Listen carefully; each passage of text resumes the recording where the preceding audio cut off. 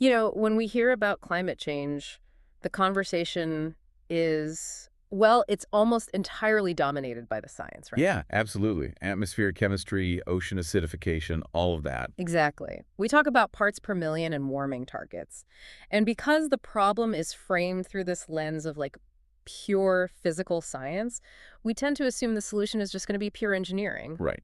Like you just invent a machine. You suck the carbon out of the air and boom, you fix the atmosphere. It creates this illusion of a very clean binary fix. The models say we have a surplus of carbon, so humanity just needs to build a massive atmospheric vacuum cleaner, turn it on, and step back. Right. But then you step out of the laboratory and into the real world and you realize, wait, someone actually has to pay for that vacuum cleaner? And that is where it gets incredibly messy. Yeah, suddenly the pristine science experiment runs headfirst into project finance. We constantly hear about the science of saving the planet, but we rarely dig into the actual business of it. Which is funny, because the business side is arguably the more complex hurdle right now. I mean, the technology is rapidly maturing, but the financial models are essentially the Wild West. Totally. We're trying to figure out how to monetize an invisible gas that historically literally no one has ever wanted to pay to get rid of. Which brings us to today's deep dive. We are exploring a brand new paper that's just came out in March 2026, published in Environmental Research Letters. Yeah, by Kozian and colleagues. Right. It's titled A Global Analysis of Expected Revenues from Carbon Dioxide Removal.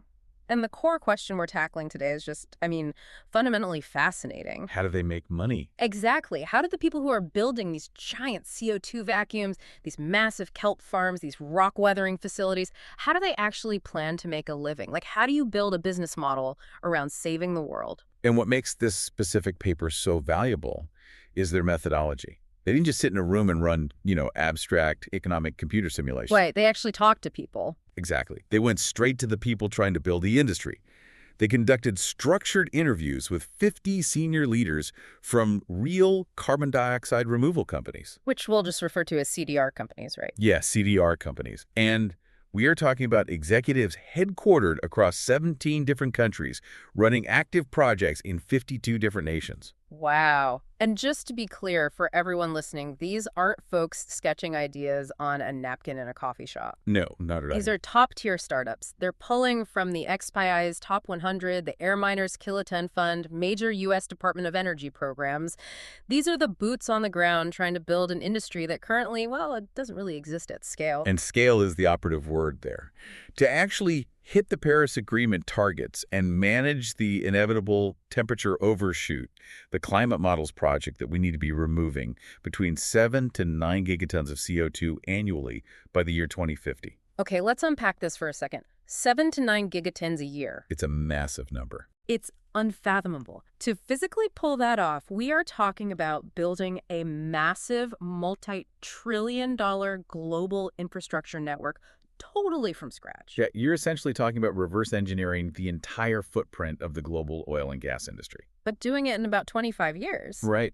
And while the engineering is getting there, the money is the massive, glaring puzzle. So before we look at the grand future of this industry, we have to look at how these companies are keeping the lights on today, like right now in 2024 and 2025. Which leads us to their current survival strategy. When you analyze the revenue data across almost all of these technology categories. Things like direct air capture, pulling CO2 from the sky. Right? Yeah, direct air capture or bioenergy with carbon capture, all the way to ocean biomass. The primary revenue stream keeping them afloat right now is voluntary carbon markets. The VCMs. Whenever I look at the voluntary market, I can't help but see it as a giant digital tip jar for the planet. A tip jar? Yeah, think about it. You have corporations voluntarily buying carbon offsets, maybe because it aligns with an internal sustainability pledge, or frankly because it looks great for their corporate PR. Right, the optics. But it's entirely voluntary. And it seems incredibly obvious that you cannot fund a multi-trillion-dollar heavy industry infrastructure project on tips. You really can't. If the macroeconomy takes a hit or interest rates spike, a company's PR and sustainability budget is usually the very first thing to get slashed. So is this the primary reason institutional investors are so nervous to back these CDR startups? What's fascinating here is that the founders of these companies completely agree with your assessment. Really? They admit it? Oh, yeah. The interviewees themselves view the voluntary market as inherently unstable and totally inadequate for the scale they need to reach. One of the executives in the study explicitly noted that the mere presence of the word voluntary actively turns off traditional financial investors. Because there's no legally binding contract holding the market together? Exactly the problem. I mean, if you're going to build a direct air capture plant that costs hundreds of millions of dollars, you need a traditional bank or a project financier to underwrite a 20 or 30-year loan. Right. But a bank looks at a voluntary market and sees extreme price volatility, massive credibility issues from older, low-quality forestry offsets, and worst of all, no guaranteed off-taker. They just won't touch it. They cannot model a 30-year debt repayment schedule on the hope that Fortune 500 companies will continue feeling generous about their carbon footprint. Yeah, you can't take corporate goodwill to a debt underwriter. You really can't. The voluntary market might provide some seed capital or fund a small pilot plant, but it fundamentally cannot scale to the gigaton level. So if the tip jar is a dead end for industrial scaling, what is the actual master plan? Because looking at the study, these executives are banking on a massive structural shift in the market, and they expect it to happen remarkably fast. The core finding of this paper revolves around that exact pivot. By 2030, the entire CDR industry expects a complete revenue flip. A total flip. Yes. Across the board, these executives project that compliance markets, not voluntary ones, will become their dominant, reliable source of revenue. Compliance markets. Okay, so we're talking about government-mandated systems. Cap and trade programs or emissions trading systems, the ETS. That's the mechanism. Yeah. In a compliance market, a government steps in and legally caps the total amount of greenhouse gases that specific industries are allowed to emit. Right. They issue a limited number of allowances, and heavy polluters have to buy them. What the CDR industry is betting their entire future on is that verified, high-quality carbon removals will be fully integrated into these legal systems. Okay, so if a concrete or steel manufacturer hits a wall and physically cannot reduce its emissions any further with current technology, they are legally required by the state to purchase a removal credit from a CDR company to offset the difference. Exactly. It becomes a legal obligation, not a PR stunt. Here's where it gets really interesting, because when you dig into the paper, you realize that the physical geography of this entire emerging industry is being dictated almost entirely by where these compliance policies are popping up. Yes, the policy landscape is everything right now. It has very little to do with where the weather is optimal or where the natural resources are best. It is purely about where the regulatory environment creates a viable business model. Geography is completely downstream of policy right now. Capital flows to the path of least regulatory resistance. Look at the data on Canada from the study. 75% of the Canadian projects they analyzed are heavily focused on direct air capture and ocean capture. Right. Now, why Canada?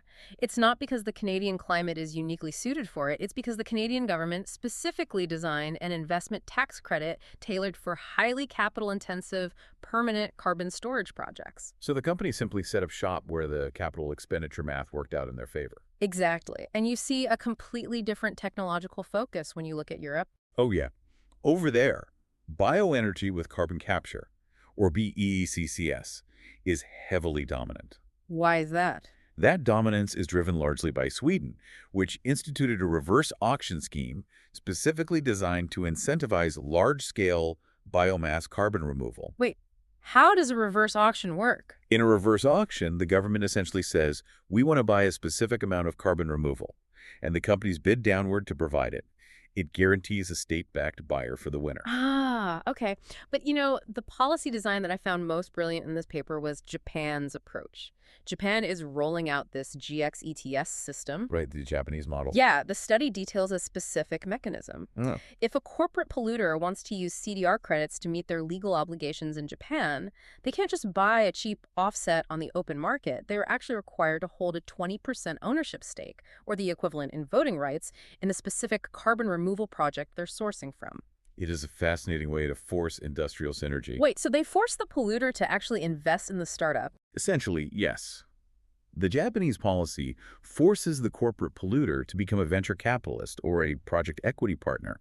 They have to put actual skin in the game and directly finance the physical infrastructure of the startup. That's brilliant. It solves the capital expenditure problem for the CDR company while tying the polluter directly to the success of the removal technology. It's incredibly smart. Now, we absolutely have to talk about the United States landscape because the U.S. is the heavyweight in this space.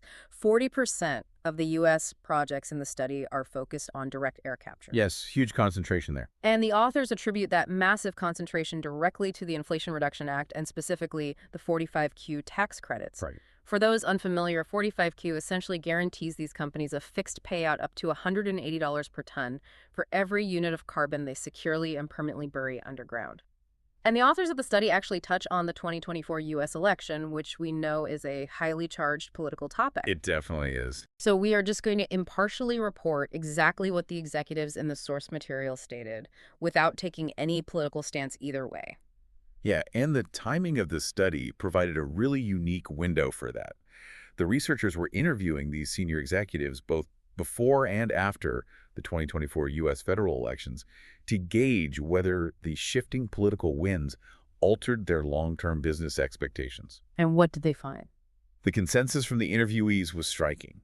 They explicitly stated that their domestic business models felt incredibly secure, regardless of which administration holds the White House. Really? According to the interviews, the executives pointed out that the core climate industrial policy like the IRA and 45Q actually enjoys deep bipartisan support on the ground. Right. And the reason is simple. It is driving massive infrastructure investments and creating heavy industrial jobs that happen to be heavily concentrated in quote-unquote red states. The study notes that even though the incoming Trump administration has a historical track record of withdrawing from international frameworks like the Paris Agreement, the CDR companies feel their domestic operations are insulated. Because of those localized economic benefits. Right. The steel in the ground, the concrete poured, the factory jobs created, they're already locked in, making the policies politically sticky. It highlights a really important disconnect between international diplomacy and domestic industrial policy. The macro-level international treaties might fracture or fluctuate, but the micro-level industrial subsidies are acting as a massive, heavy anchor for the industry. Okay, so the master plan is that by 2030, these companies expect to be operating in robust government-mandated compliance markets. And I have to push back on this timeline because I'm looking at the actual financial projections in this study, and the math just does not seem to align at all. You're zeroing in on the price gap, aren't you? The discrepancy is massive. Let's look at the European Union and the UK ETS, which are widely considered the gold standard for compliance markets today. Recently, carbon prices in those markets dropped to somewhere between $45 and $62 a ton. Now, generous projections for 2030 guess those prices might rise to maybe $136 to $225 a ton. That's the current forecast, yeah. But UT, the companies surveyed in this study, particularly the ones building the highly engineered direct air capture facilities, expect their internal costs for carbon removal to remain well over $300 a ton by that time. Yeah, the math is brutal. So if it costs a startup $300 to pull a ton of carbon out of the sky, but the compliance market is only legally forcing polluters to pay $150, who is covering that $150 difference? Because that is a recipe for instant bankruptcy. That gap is the existential threat to the entire industry. A compliance market alone, based on current pricing trajectories, is simply not enough, and every executive interviewed knows it. They have to know it. That delta absolutely must be bridged by public money. And what the paper maps out is how these companies expect the nature of government intervention to evolve over the next 3 decades to solve that exact mathematical problem. How does that evolution actually work in practice? How does the government step in? Well, it is deeply tied to the concept of technology readiness levels, or TRLs. Right now, in the 2024 to 2025 window, many of these complex removal technologies are sitting at TRL 3 to 5. Meaning they're pretty early stage. Exactly. They are early stage, first-of-a-kind pilot projects. At this nascent stage, governments are intervening with massive plant-level grants. This is essentially pure R&D funding. The government is paying to help build the physical facility because the private market just won't take the risk yet. Right, so they are essentially funding the laboratory phase. Correct. But as we move toward the 2027 to 2030 window, the technology matures and reaches commercial demonstration. Okay. At that point, the companies expect government support to transition away from upfront construction grants and move toward performance-based per-ton subsidies. This is how they bridge that massive price gap you just highlighted. I see. If the compliance market is only paying $150 and the operational cost is $300, the expectation is that the government steps in, perhaps through mechanisms like contracts for difference, and subsidizes the remaining $450 per ton. Yeah. It guarantees the facility can operate and scale without bleeding cash. But governments can't just indefinitely subsidize a multi-trillion-dollar industry, right? I mean, what is the end game by 2050? By 2050, the financial dynamic has to flip one final time. The industry expectation is that the government transitions from being a market subsidizer to becoming the primary buyer. The primary buyer. Yeah. There was a highly revealing quote from one of the interviewees regarding this. They noted that sovereign governments, and particularly massive entities like national militaries, have immense historical carbon footprints. Oh, wow. I didn't even think about the military. Right. To reach true net negative emissions on a national scale, governments will eventually be legally and morally obligated to clean up their own legacy emissions. When we reach that point, the government isn't just propping up the market with tax credits, it is the market. Wow. Okay, so we've got this grand three-stage timeline. Upfront grants today, per-ton subsidies bridging the gap by 2030, and massive government procurement by 2050. Yeah, that's the roadmap. It looks pristine on an economic spreadsheet, but the reality is that 2070 is still years away. If I am a startup that just finished my pilot plant, how do I actually survive the valley of death between now and that 2030 subsidy utopia? That's the hardest part of the journey. Like, how do they avoid going under while they wait for these compliance markets to mature? They hustle. Specifically, they rely heavily on co-products. This is sort of the hidden side hustle economy of the carbon removal world. Side hustles. Yeah. A massive percentage of these companies are surviving purely by selling the physical commodities and byproducts generated during their carbon capture processes. You know, the paper has some fascinating data on this that really grounds the industry in reality. It really does. For bioenergy with carbon capture, BECCS, the data shows that 60% of these companies are generating vital revenue by selling the electricity and industrial heat they produce while capturing the carbon. Right. And for marine biomass startups, a staggering 90% of them are staying afloat by selling marine products to other industries. And once again, geographic arbitrage plays a massive role in this survival phase. There's a great anecdote in the study about a marine biomass company that intentionally located its operations in the Caribbean. Why the Caribbean? Well, they didn't go there because of some advanced climate policy or tax credit. They went there simply because the region suffers from massive, naturally occurring sargassum algae blooms. Oh, right, the seaweed that washes up everywhere. Exactly. The company harvests the algae, manages the environmental hazard, and sells the valuable byproducts. The actual carbon removal credit is almost secondary to their core business model right now. They're effectively an algae harvesting company just trying to survive. That is wild. There's another operational example about a company that set up shop in Kenya. Oh, yeah, the Kenya Wow. project. They chose Kenya because the regulatory permitting process is incredibly streamlined. They have immediate access to cheap geothermal renewable energy, and the local volcanic soil actually possesses the perfect chemical properties to absorb CO2. It's all about leveraging the local environment. Exactly. They're leveraging the natural environment to create physical, sellable products. But and this is a big but, this side hustle strategy isn't universally applicable, is it? The highly engineered direct air capture companies seem to really struggle with this phase. That is their inherent disadvantage right now. Only 25% of DACCS companies have any kind of co-product they can monetize. Only 25%. Yeah, and it's usually niche things like carbon nanomaterials for specialized industrial use. You see, DACCS is a highly sterile artificial chemical process, so it doesn't naturally produce agricultural or energy byproducts. Oh, right. It's just machines and chemicals. Contrast that with land-based biomass. One interviewee in the study explicitly stated that right now their entire carbon removal business is, quote, surviving only on physical biochar sales. Yeah. Biochar is essentially a highly stable, carbon-rich soil enhancer used in agriculture. So they are effectively operating as high-tech fertilizer salesmen just to keep the lights on until the carbon credit markets become legally binding. Pretty much. But let me ask you about the finance side of this. Why does selling biochar or electricity or algae make these startups more attractive to those traditional debt underwriters we talked about earlier, you know, the ones who refuse to touch the voluntary carbon markets? It comes down to trade finance security.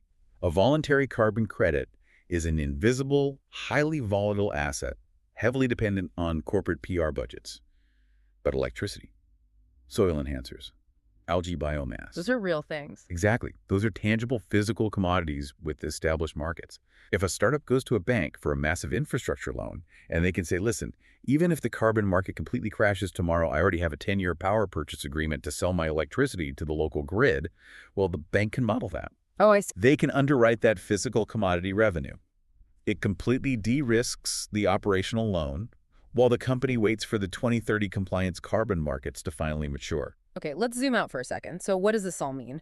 If you're listening to this and wondering why the 10-year financial plan of a kelp farm or an air capture plant matters to you, it really all comes down to who is writing the rules of the game right now. It absolutely does. Because if governments design these upcoming 2030 policies and subsidies poorly, the fallout affects the entire global climate strategy.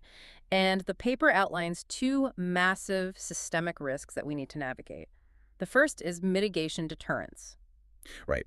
Now, if we connect this to the bigger picture, mitigation deterrence is essentially the risk of providing polluters with a giant accounting loophole. A loophole? Yeah. If governments design these new cap-and-trade markets poorly and allow cheap, low-quality, temporary carbon removals to flood the system, it artificially depresses the overall price of carbon. And if it's incredibly cheap to just buy a questionable carbon offset, a massive industrial polluter will simply buy the cheap credit instead of investing the massive capital required to actually decarbonize their supply chain at the source. Oh, wow. So they just buy their way out of changing anything. Exactly. We end up not reducing actual emissions while relying on carbon removals that might just re-enter the atmosphere in a decade. Which means the rules for compliance markets have to be ruthless. The study specifically mentioned the necessity of ensuring the carbon is stored for over 1,000 years. 1,000 years, minimum. If you are just planting a forest that might burn down in 20 years, that cannot count in a rigorous compliance market. It has to be permanently locked away. High-integrity,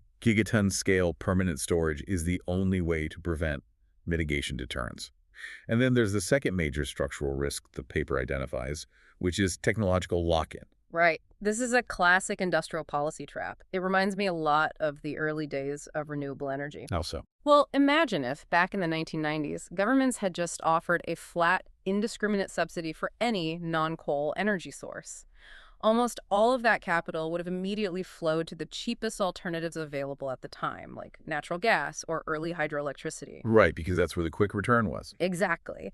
And as a result, no one would have funded the massive, expensive R&D required to make solar panels and wind turbines cheap and scalable for the future.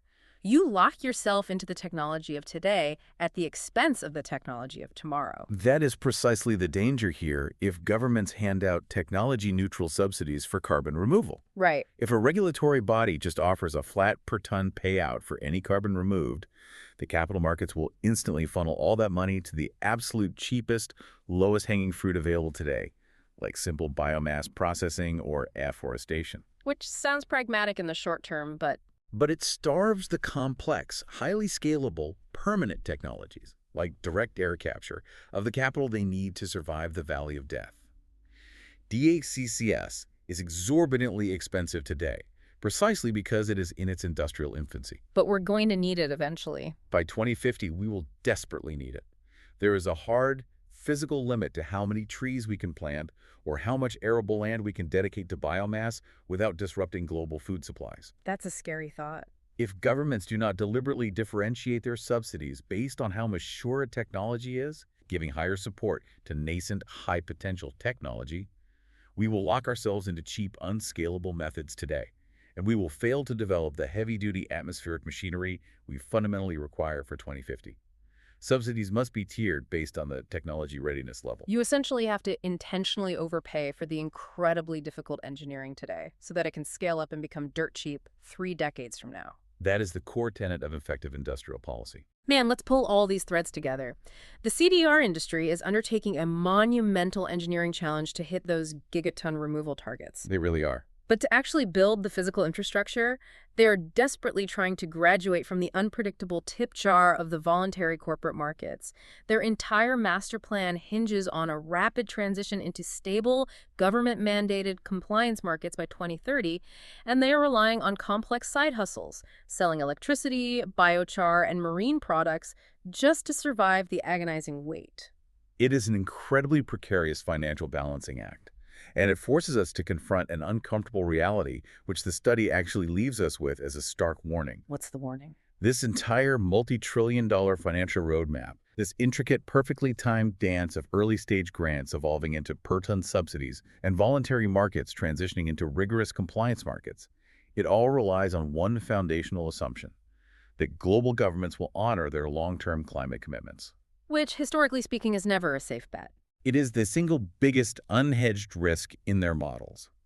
The study explicitly points out the massive systemic uncertainty surrounding the long-term geopolitical fallout if major players, like the United States, were to permanently withdraw from the UN Framework Convention on Climate Change. Yeah, if that happened. If those international diplomatic pressures fracture and these promised 2030 compliance markets either dissolve or are watered down, the startups profiled in this study essentially have no backup plan to reach the gigaton scale required. Wow. It brings us right back to the central tension we started with. We are so accustomed to viewing climate change as a clean, mathematical puzzle of atmospheric chemistry. But the messy reality is that the actual physical machines that will save the atmosphere are currently trapped inside a highly fragile economic spreadsheet. Completely dependent on the shifting winds of global industrial policy. So the lingering thought we want to leave you to ponder today is this. As we look toward the 2050 targets, can we truly afford to let the survival of the planet rely almost entirely on the fragile, unbroken promise of future politicians? It's a heavy question. It really is. Thank you so much for joining us on this deep dive. We hope this exploration gave you a completely new perspective on the invisible, high-stakes business maneuvering that is currently keeping our climate goals alive. Keep questioning the world around you, and we will catch you next time.